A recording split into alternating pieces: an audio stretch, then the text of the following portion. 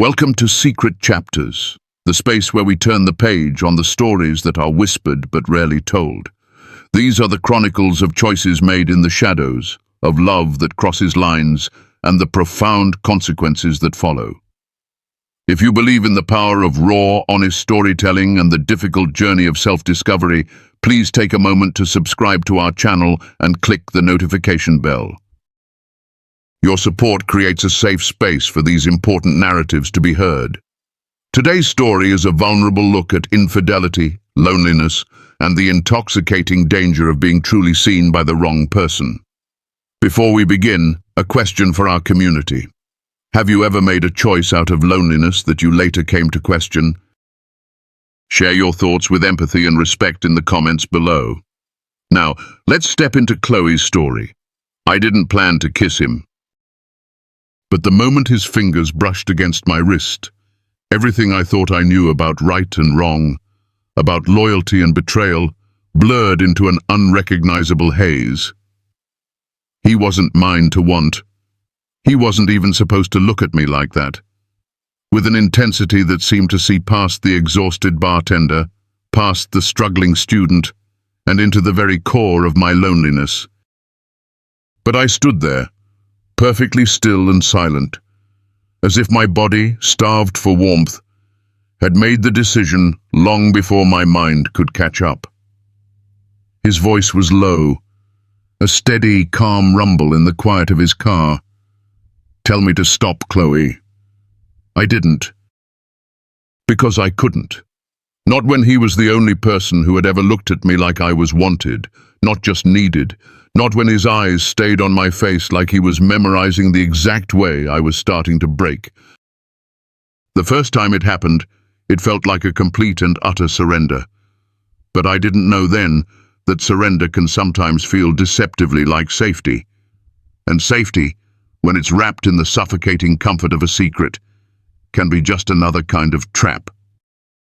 I was 24 years old, living in a sublet apartment in Austin, Texas, with faint water stains on the ceiling that looked like sad, faded maps.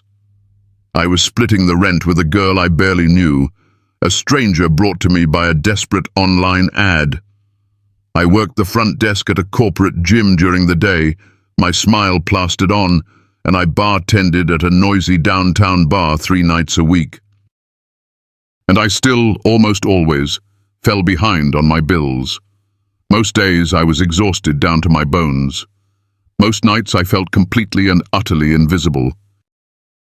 Except when he looked at me. David was my best friend, Sophia's stepfather. 15 years older than me, clean-cut, perpetually composed. He wore a quiet confidence like a well-tailored suit. He was always listening, never prying. He'd come into the bar sometimes late in the evening, usually alone. He'd order just a single whiskey on the rocks, offer just a faint, kind smile, and engage in just enough conversation to make me feel, for a fleeting, intoxicating moment, like I was seen. The first night he stayed late, I was closing up the bar by myself. Sophia had gone home hours before. I was wiping down the sticky bar top, my hands aching, my back screaming in protest. Then he offered me a ride home. He said it was late, said it wasn't safe for me to walk. I hesitated, but he didn't push, didn't pressure. When I finally said yes, I told myself it was purely practical. It just made sense, but my heart, that treacherous, foolish thing, didn't believe me for a second. I remember how unnervingly quiet the inside of his luxury sedan was. How the orange glow of the streetlights slid across his steady hands on the steering wheel. How he didn't touch me, didn't even really look at me. Until he pulled up to my rundown apartment building and turned off the engine. Then he did. He turned his head and just looked at me. And I felt it, the shift. Not in his words, he didn't say anything. Not in any obvious physical move. Just in the way the very air inside the car changed, became thick and charged. The way my breath caught, hitched somewhere in my throat. The way I suddenly, desperately, didn't want to open the car door, because for the first time in a long, long time, I didn't feel invisible. And that feeling, that sudden overwhelming visibility, was terrifying. I didn't grow up around softness, not the kind that lingered anyway. My mom worked nights as a nurse. My dad was gone before I turned 9, and love in our house was measured in practicalities. Leftovers in the fridge, bills paid on time. Not in hugs.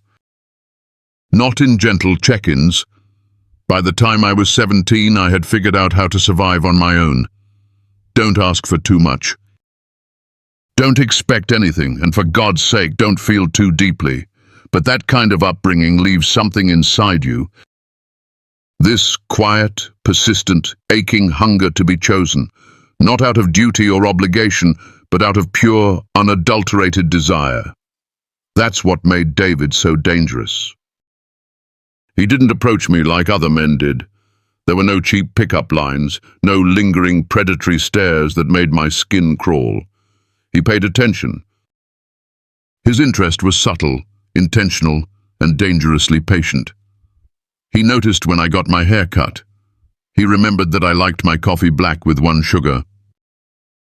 He'd ask how I slept, and then he would actually wait, his gaze steady, for a real answer. I used to think I was too hardened, too jaded, to fall for simple kindness. But that's the thing no one ever tells you about being profoundly lonely. When you've been running on empty for long enough, the first sip of genuine warmth tastes like salvation. Chloe's vulnerability is so palpable. She's caught in a perfect storm of exhaustion, loneliness, and the intoxicating feeling of being seen by someone who represents a stability she's never known. It's a dangerous combination. If her story is resonating with you and you appreciate this kind of honest exploration, please give this video a thumbs up to help others find our community. And let me ask you, do you think kindness can sometimes be used as a tool for manipulation? Let's get back to the story and see where this leads. There was a night, maybe 2 months before everything changed irrevocably.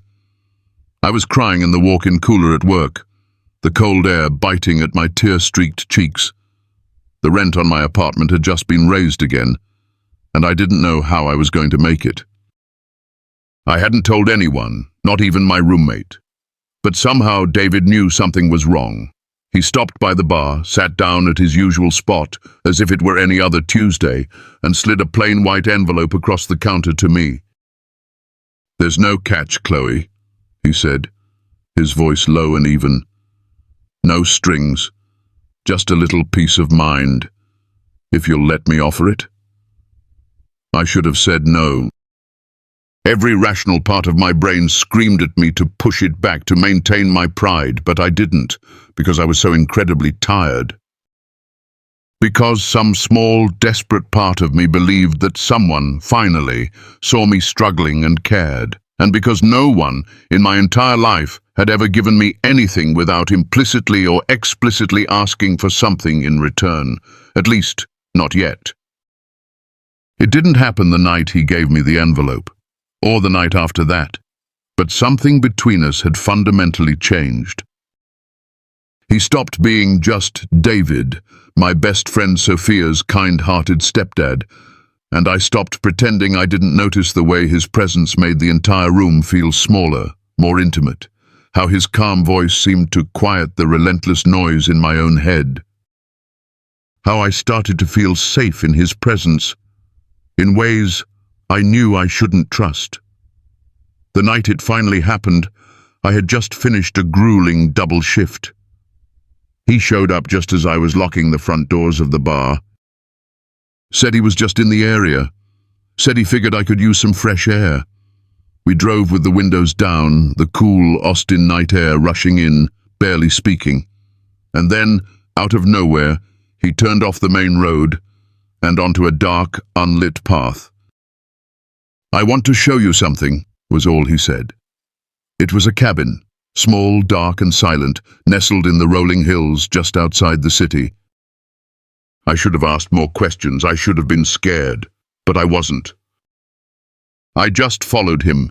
Inside, he lit a fire in the stone fireplace. He made us both tea.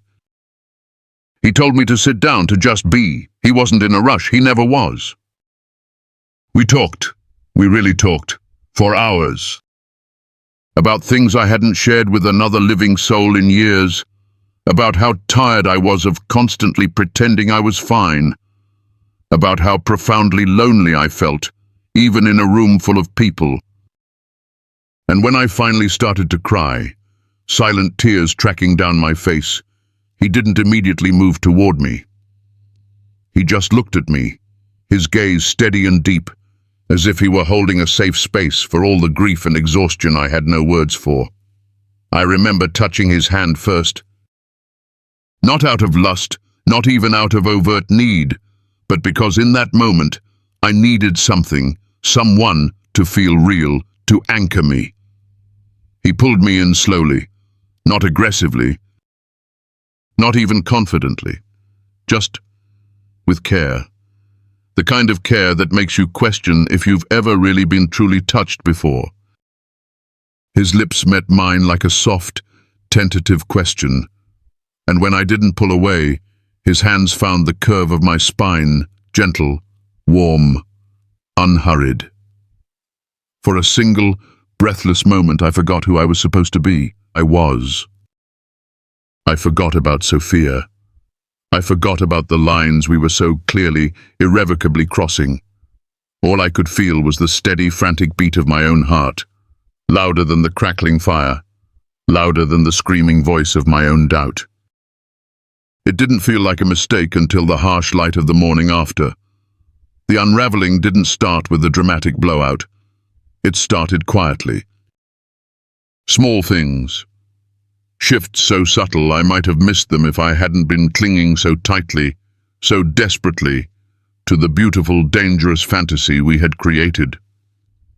A few missed texts that used to be answered instantly. A slightly longer pause between his calls. Plans cancelled at the last minute with vague, unsatisfying reasons. Work's been overwhelming, Chloe. I just need some space to think. I knew better. We always know, don't we? I tried to pretend it was just stress, that he'd come back around. But deep down, in that place where truth resides, I could feel it. The heat was cooling. The air between us, once so thick with unspoken hunger and profound meaning, had gone still and silent. Then came the real silence. The kind that hums in your gut long before it ever reaches your ears. I think someone found out. Maybe his wife. Maybe my friend Sophia. Maybe both. And I think he did what most men in his position, with so much to lose, do. He shut the door, locked it from his side, and left me standing on the threshold, still holding all the broken pieces of our secret. I remember the first time I saw her after everything had started to slip away. My friend, Sophia. She came to the bar unannounced one evening. Slipped onto a stool at the end of the bar, as if it were just another Tuesday night. But her body, her posture, said everything her voice did not. She didn't order anything. Didn't smile. She just sat there watching me, as if she were trying to find the girl she thought she knew somewhere inside the stranger standing before her. Her voice was quiet, almost a whisper, when it finally came. I know. That's all she said. I didn't ask how she knew. I didn't lie. I didn't even cry. I just stood there, behind the bar, completely numb, as if my entire life had suddenly become a scene in someone else's tragic movie, and I had no lines left to say. I trusted you, she whispered, the words like tiny shards of glass. Then she stood up and left. No yelling. No accusations, just silence, and that was the cruelest part. Because when someone screams at you, there's still fire, there's still passion, there's still a chance to explain or beg or try to make something, anything, right. But silence? Silence means it's already over. The case is closed. After that, the collapse came fast. David disappeared from my life completely. No explanations. No apologies. just a clean, cold break, like erasing a chalkboard after a long, messy, complicated lesson. No more late-night texts, no more whispered, "I miss yous," no more invitations to the quiet cabin in the hills, no more whispered promises or gentle fingers tracing lines down my spine. And the gifts? They stopped. The gentle reassurances vanished. Even the warmth in his eyes when he used to look at me, gone. He didn't offer closure, he just offered absence. And that absence echoed. Loudly. I lost my friends, I lost my job at the gym, where Sophia's mom was a member.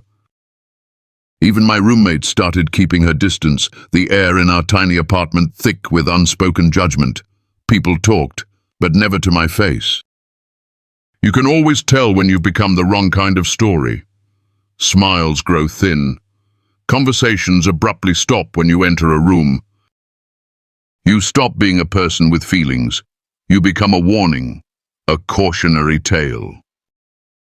Suddenly, I was alone again. But this time, it was a different, more profound kind of alone, because now I knew what it felt like to be truly seen, to be touched with tenderness, to be desired, even if it was only ever in the shadows. And that kind of intense, fleeting attention leaves a permanent mark. Not on your skin, but on your fundamental sense of worth. I hated him for a while. A long while.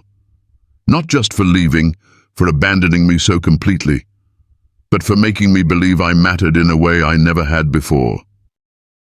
For making me think I was special when, in reality, I was just a secret, a thrill, an escape hatch from a comfortable life he didn't want to fully live in, but also wasn't willing to leave.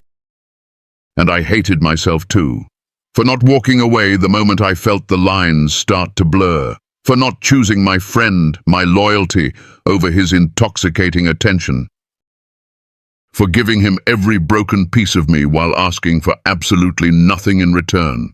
But in time, I stopped hating him, and I started asking myself better, harder questions. Why did I believe love had to be hidden and secret to feel real and potent? Why did I allow someone else's fleeting desire to define my entire value as a person? Why was I always more comfortable being used than being genuinely loved? I went back to school, enrolling in night classes at the local community college, surrounded by strangers who didn't know my past. I worked 2 jobs, sometimes 3, to make ends meet. I made every single payment myself. It wasn't glamorous, it was grueling, but it was mine. I started therapy. I began to unpack years of compulsive people-pleasing, of bending until I broke, of mistaking chaos for passion and attention for affection. I learned how to sit with my own loneliness instead of desperately trying to fill it with someone else. I learned how to hear the word no without shrinking into myself, and most importantly, I learned how to say it too. I haven't seen David in almost 2 years. Last I heard, he and his wife moved to a different state. Started fresh, I guess, and my friend Sophia. She still won't speak to me, and maybe she never will. That's a consequence I have to live with. For a long time I replayed it all in my mind, the choices, the moments, the devastating silence, looking for that one fork in the road where I could have, should have turned back. But I don't do that anymore. Because now, I tell this story not to relive the pain, but to reclaim my narrative. Because shame doesn't get to keep me quiet. Not anymore. Chloe's story is a powerful, unflinching look at the anatomy of an affair born from loneliness and a deep-seated need to be seen. It's a testament to how vulnerability can be exploited, even by someone offering what appears to be kindness and safety. Her journey forces us to confront difficult truths. Here's what we can learn from her courageous honesty. If someone only wants you in the dark, in the secret spaces, that isn't true intimacy. It's often a form of possession. If a connection requires you to betray your own values or your other relationships, it isn't love. It's a transaction, often built on a foundation of control wrapped in the guise of affection. And if someone offers you a feeling of safety, but only on their terms, in their hidden spaces, make sure they are not asking you to trade away your voice, your integrity, and your place in the light. We all make mistakes. We all hunger for connection and validation, and sometimes the wrong hands can offer us what feels, in the moment, like the right kind of comfort. But as Chloe learned, that doesn't make us weak or broken. It makes us profoundly human. So if you've ever found yourself in a story like this one, we hope you hear this. You are not beyond repair. You are learning, and that version of you, the one who didn't know better yet, deserves all of your compassion. Thank you for listening to this difficult but important story. If it stayed with you, please leave a comment below. Let us know your thoughts. What lesson did you take away from Chloe's experience? And if you haven't yet, please like, share, and subscribe to Secret Chapters.